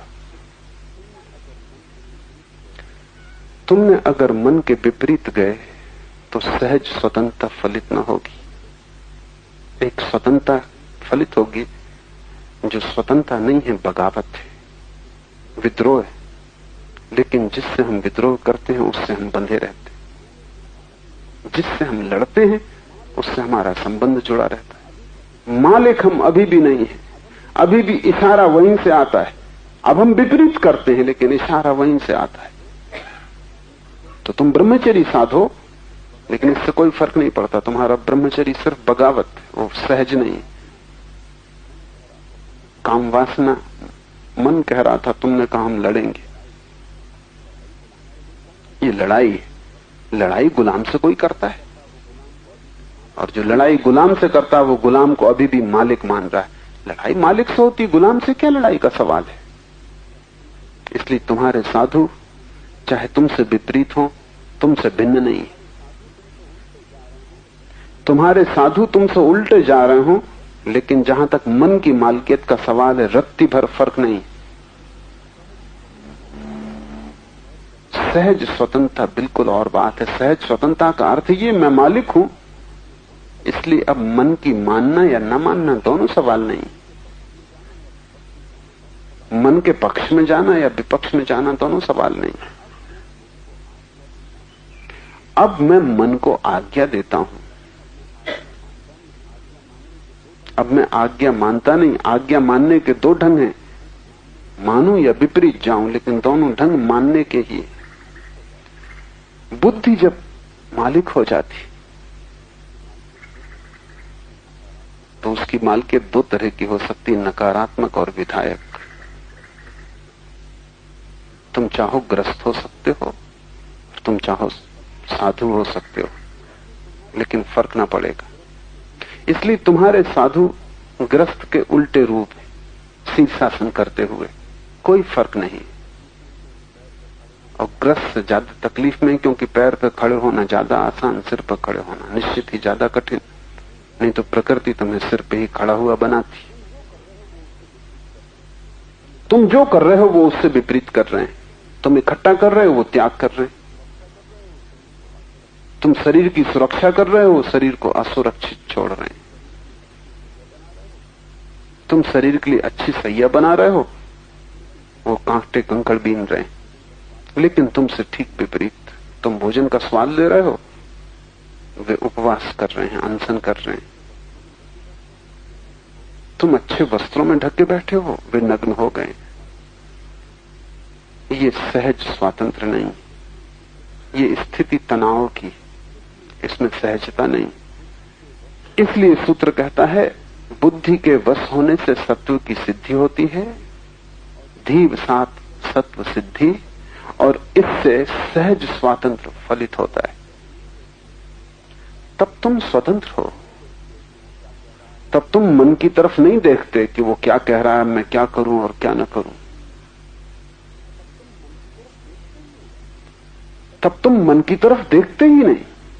तब तुम्हारा कर्तव्य सहज होता है। तब तुम मन से सचमुच मुक्त हो गए। तब तुम ही निर्णायक होते हो, मन तुम्हारे पीछे चलता है। लेकिन ये तभी घटित होगा जब तुम मालिक हो जाओ। मालिकियत घटित होगी जब तुम साक्षी हो जाओ। मन से लड़ना मत, अन्यथा सहज स्वातंत्र कभी फलित ना होगा। तुम लड़े कि तुमने मन को अपने बराबर मान लिया। तुम जिससे लड़ोगे उसको तुमने समान अधिकार दे दिया। कभी मित्र था, अब शत्रु हो गया, लेकिन तुम खड़े समान हो। मालिक समान नहीं होता। मालिक आकाश में होता है, नौकर जमीन पे होता है। मालकियत आ जाए तो स्वतंत्रता आती है, वो सहज। और सहज स्वतंत्रता बड़ी अनूठी। सुना है मैंने, एक मुसलमान फकीर बायजीद हज की यात्रा को गया तो उन्होंने तय किया था कि हम 40 दिन का उपवास करेंगे। 5 दिन उपवास के बीत गए थे और वे गांव में पहुंचे। कोई 100 शिष्य बायजीद के साथ थे। वो बड़ा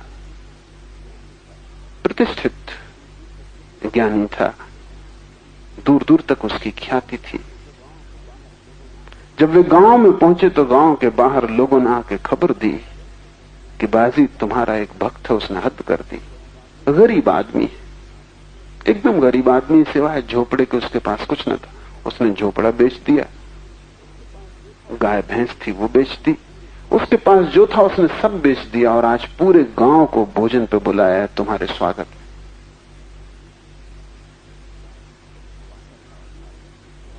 बायजीद तो उपवासा था और 40 दिन उपवास रखना था। शिष्य भी उपवासित थे और 40 दिन उपवास रखना था। बायजीद पे तो कोई तनाव न हुआ, शिष्य बड़े तनाव से भर गए। लेकिन शिष्य जानते थे कि भोजन तो करना नहीं है।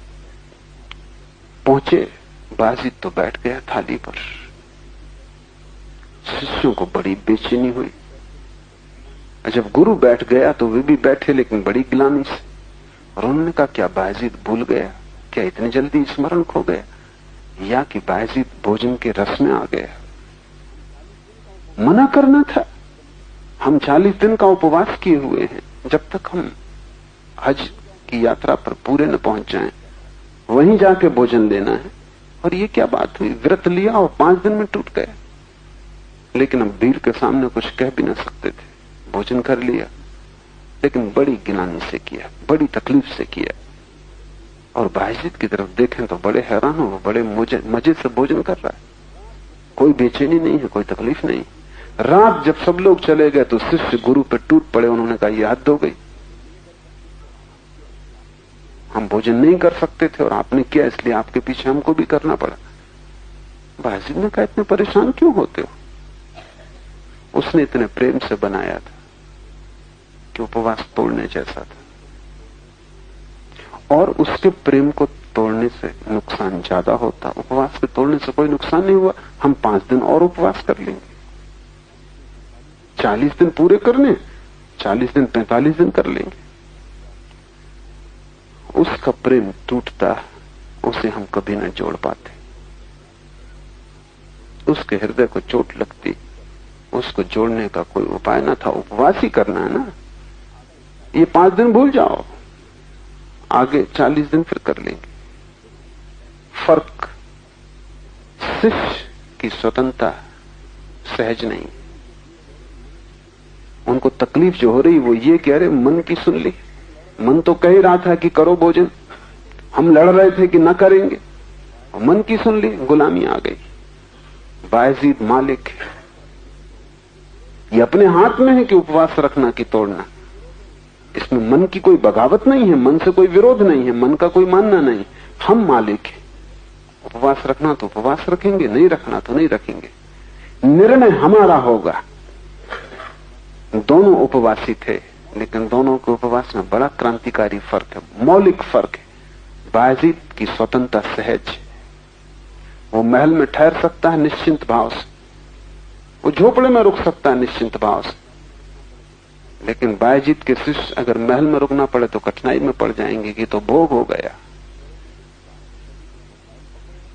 ये बड़े मजे की बात है। कभी तुमको महल पकड़े रखता है, कभी झोपड़ा पकड़ लेता है, लेकिन पकड़ नहीं जाती।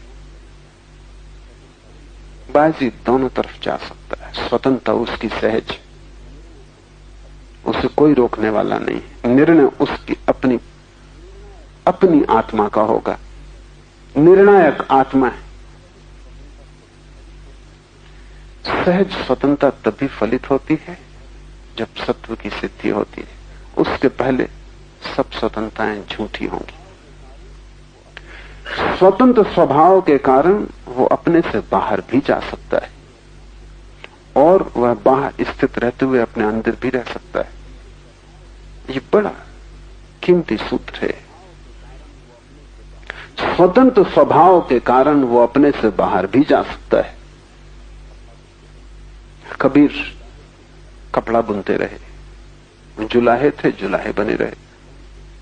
शिष्यों ने बहुत बार कहा कि अभी शोभा नहीं देता कि आप कपड़ा बुनो, कि आप बाजार में बेचने जाओ, आप ग्रस्त नहीं हो। कबीर हंसते, वो कहते सभी उसी का खेल है, बाहर और भीतर एक है। ये हमारी समझ में नहीं आ सकता, क्योंकि हमें बाहर पकड़े हुए हैं, इतने जोर से पकड़े हुए हैं कि बाहर और भीतर एक कैसे हो सकता है। जैन फकीरों ने कहा है संसार और मोक्ष एक है। हम एकदम घबरा जाएंगे, ऐसा कैसे हो सकता है। संसार हमें पकड़े है, संसार से हम पीड़ित हैं, मोक्ष इसके विपरीत है, जहां हम मुक्त होंगे, शांत होंगे, आनंदित होंगे, सुखी होंगे, जहां कोई दुख ना होगा। हमारा मोक्ष हमारे संसार की विपरीत होने वाला है। लेकिन जब कोई व्यक्ति मुक्त होता है तो इस जगत में कोई चीज विपरीत नहीं रह जाती, सब विपरीत समाप्त हो जाते।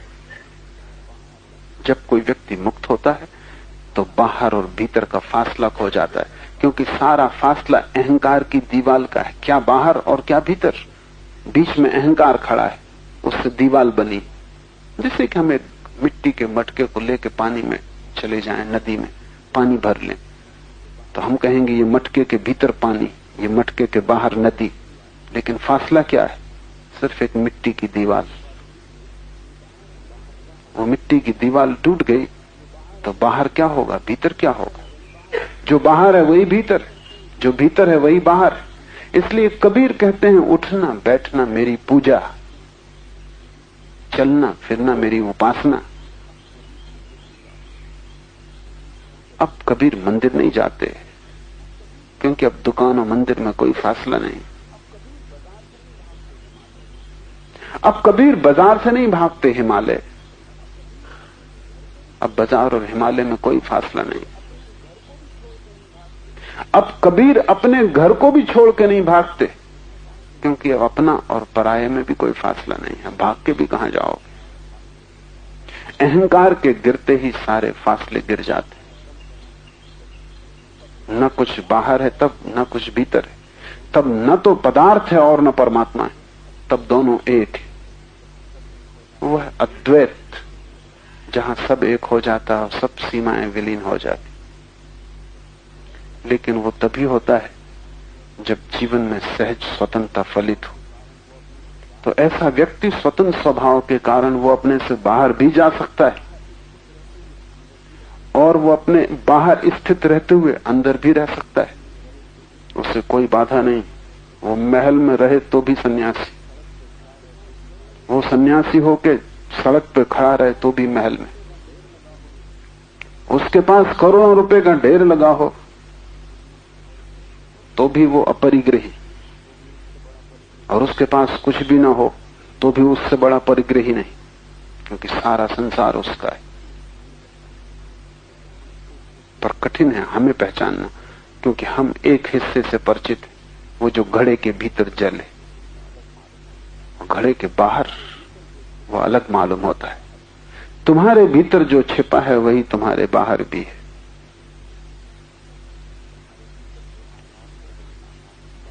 तुम्हारे भीतर जो आकाश है वही आकाश बाहर भी है।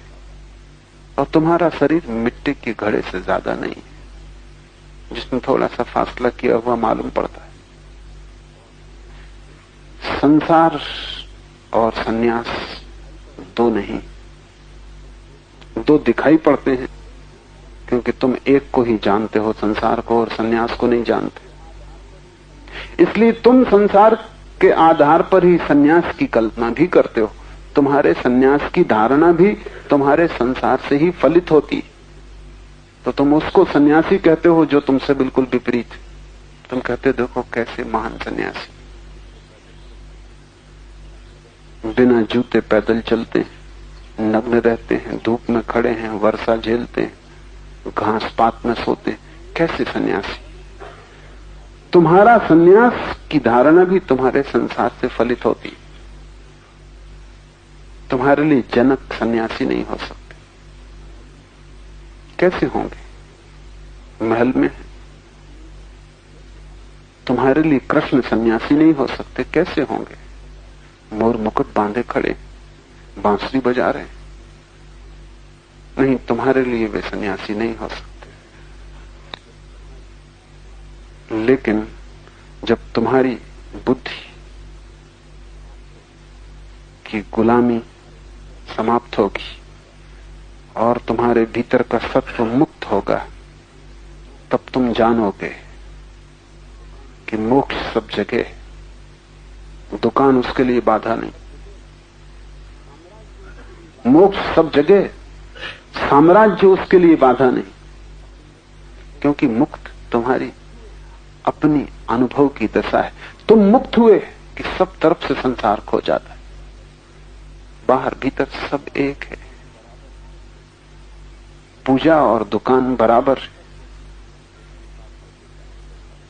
तब व्यक्ति जीवन को स्वीकार कर लेता है जैसा है, उसमें फिर रत्ती भर भेद करने की कोई जरूरत नहीं। इसलिए ऐसा भी हुआ कि कसाई भी ब्रह्म ज्ञान को उपलब्ध हो गए। ऐसा हुआ कि परम ग्रस्त भी ब्रह्म ज्ञान को उपलब्ध हो गए।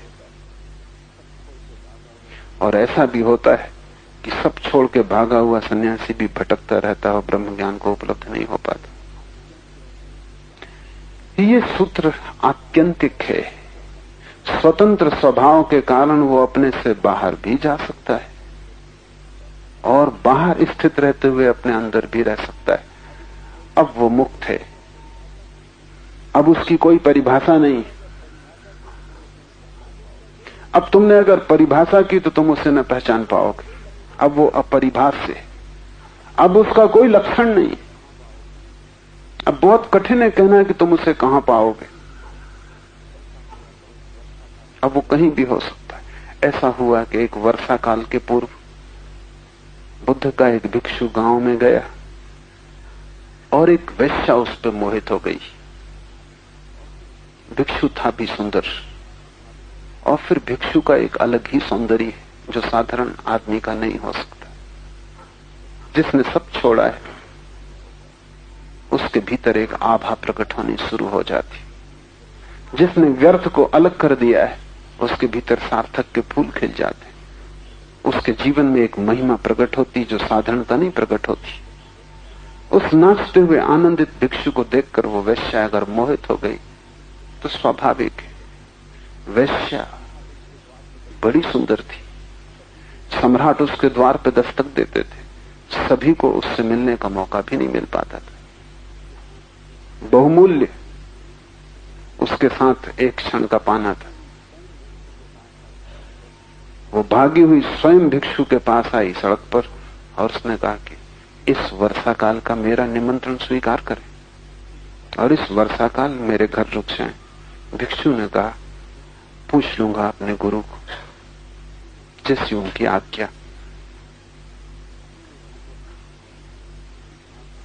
भिक्षु ने ना तो कहा हां, ना कहा ना। भिक्षु ने कहा, पूछ लूंगा अपने गुरु को। दूसरे दिन सुबह उसने बुद्ध को पूछा, निमंत्रण एक वेश्या का मिला है, मैं क्या करूं? बुद्ध ने कहा, जब वेश्या तुमसे नहीं डरी तो तुम वेश्या से क्यों डरोगे? मेरा सन्यासी इतना कमजोर कि वेश्या से डर जाए? तुम जाओ, वर्षा काल का निमंत्रण मिला, रहो। बाकी भिक्षुओं में बड़ी बेचैनी हो गई, क्योंकि अनेक भिक्षुओं ने राह से गुजरते उस वेश्या को देखा ही था। सुंदर थी। अनेक के मन में वासना भी उठी थी। अनेक ने चाहा होता कि उन्हें निमंत्रण मिलता। एक भिक्षु खड़ा हो गया और उसने कहा कि ये उचित नहीं हो रहा है। सन्यासी और वेश्या के घर ठहरे, ये बात ठीक नहीं, इससे भ्रष्ट होने का डर है। बुद्ध ने कहा अगर तुम्हें निमंत्रण मिला होता तो मेरी आज्ञा न मिलती। तुम्हारे भ्रष्ट होने का डर, क्योंकि तुम्हें अभी बाहर भीतर का फर्क है। पर जिसे मैं भेज रहा हूं, जानकर भेज रहा हूं, वो बाहर रहे कि भीतर रहे कोई फर्क नहीं पड़ता है। फिर भी भिक्षुओं का मन न माना और उन्होंने कहा आप गलती कर रहे हैं, इससे गलत नियम का सिलसिला शुरू होगा, मर्यादा टूटेगी।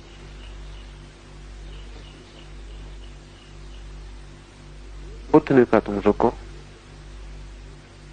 वर्षा काल बीतने तो फिर हम देखेंगे। रोज रोज भिक्षु खबरें लाने लगे कि वो भ्रष्ट हो चुका है, क्योंकि कोई खबर लाता कि हमने देखा है उसे कि वो नृत्य देख रहा था, नाच चल रहा था वहां रात और वो भी बैठा था। कोई कहता कि वो गद्दी पे बैठा था मखमल की, कोई कहता है कि उसने कपड़े बदल लिए। कोई कुछ खबरें लाता, कोई कुछ खबरें लाता, कोई कहता हमने आलिंगन में उन्हें देखा है। बुद्ध कहते कि वर्षा काल बीत जाने दो, जल्दी क्या है, तुम अफवाहें क्यों लाते, तुम्हें प्रयोजन क्या है? तुम भ्रष्ट नहीं हो रहे हो, जो भ्रष्ट हो रहा है वो वर्षा काल के बाद वापस लौटेगा। वर्षा काल के बाद भिक्षु वापस लौटा और उसके पीछे वैश्या साथ आई और उस वैश्या ने बुद्ध से कहा कि मुझे भिक्षुणी बना ले। भिक्षु जीत गया, मैं हार गई। मैंने सब उपाय किए और उसने किसी भी उपाय में बाधा न डाली।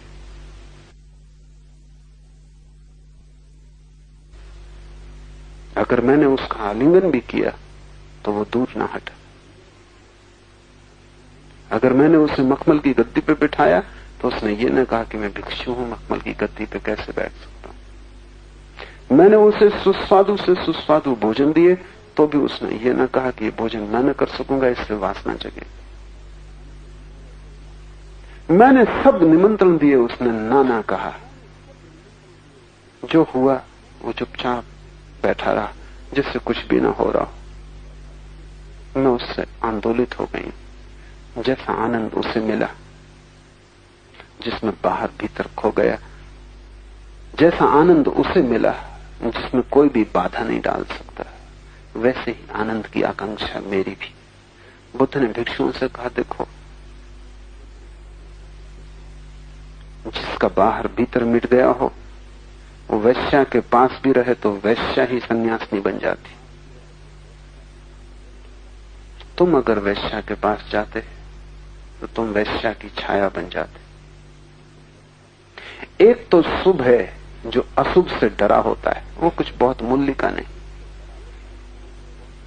साधु असाधु से डरा होता है, संत असाधु से डरा नहीं होता। संत दोनों के पार चला गया। संत वही है जिससे अब कोई भी स्थिति बदल ना सके, वो बाहर रह के भी भीतर ही बना रहता। वो संसार में भी रहे तो भी संसार उसके भीतर प्रवेश नहीं करता। बुद्ध ने कहा है सन्यास की परम दशा वही है जब तुम नदी से गुजर जाओ लेकिन पानी तुम्हारे पैरों को न छुए। तुम नदी से गुजरने से डरो, ये कोई परम अवस्था नहीं है, ये तो भय की अवस्था है। 3 सूत्र याद रखें। मन की मालकियत तोड़नी है, साक्षी भाव से टूटेगी, फासला बनेगा। स्वयं की मालकियत सिद्ध करनी है, लेकिन विरोध में जाने से नहीं, ऊपर उठने से। स्वतंत्रता आएगी, अगर विरोध में जाने से आई तो झूठी होगी। स्वतंत्रता में तनाव और परेशानी होगी, वो शांत नहीं होगी, वो सहज नहीं होगी। ऊपर जाने से, साक्षी बनने से, लड़ने से नहीं। धर्म में योद्धा की जगह ही नहीं। धर्म में सिर्फ ऊपर उठना है, लड़ना नहीं, क्योंकि जिससे तुम लड़े तुम वहीं रुक जाओगे, उसी के तल पर। मन को शत्रु नहीं बनाना है, मन के पार जाना, अतिक्रमण करना है। और मन के पार जाने का सूत्र है साक्षी भाव। जैसे तुम ऊपर गए, सहज स्वतंत्रता, स्पॉन्टेनियस फ्रीडम घटित होगी, मुक्तता घटित होगी। और उस मुक्तता का कोई विरोध नहीं है किसी से। ऐसी मुक्ति में तुम उस दशा में पहुंच जाओगे जहां अपने से बाहर भी रहो, भीतर भी रहो, कोई फर्क नहीं पड़ता, क्योंकि बाहर भीतर का फासला ही गिर गया। संसार और मोक्ष एक है। सब द्वैत समाप्त हो गया, सब द्वंद्व खो गया। अद्वंद और अद्वैत की